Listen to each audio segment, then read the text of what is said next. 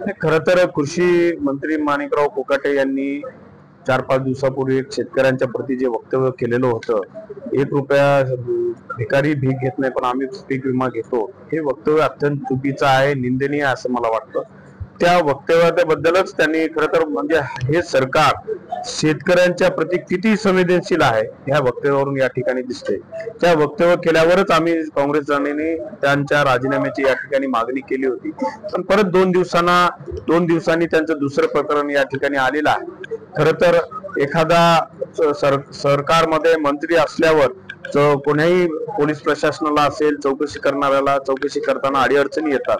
खरं तर सरकारला जर खरंच सरकार याच्याविषयी गांभीर्याने घेत असेल तर त्यांनी कृषी मंत्री कोकाटे साहेबांचा राजीनामा घ्यायला पाहिजे आणि त्यांची चौकशी केली पाहिजे. सर, एक प्रश्न आहे. अशोक चव्हाण सत्तेमध्ये होते आणि आज अर्धापूरला रोजगार मेळावा आहे.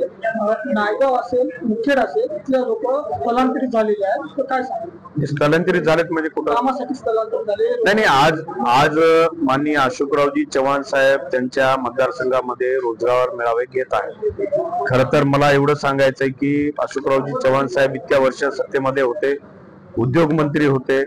आज नांदेड जिल्ह्यामध्ये किती प्रमाणात उद्योग आले हे आपण त्या निमित्तानं आपण बघलं पाहिजे आणि असे रोजगार मेळावे घेण्याची का येत आहे हेही त्यांनी तपासलं पाहिजे. खरं तर नांदेड जिल्ह्यामध्ये एवढ्या वर्ष सत्ता केंद्र असताना बरेचसे मोठे उद्योग येणं अपेक्षित होतं, पण त्याप्रमाणे उद्योग आले नाही.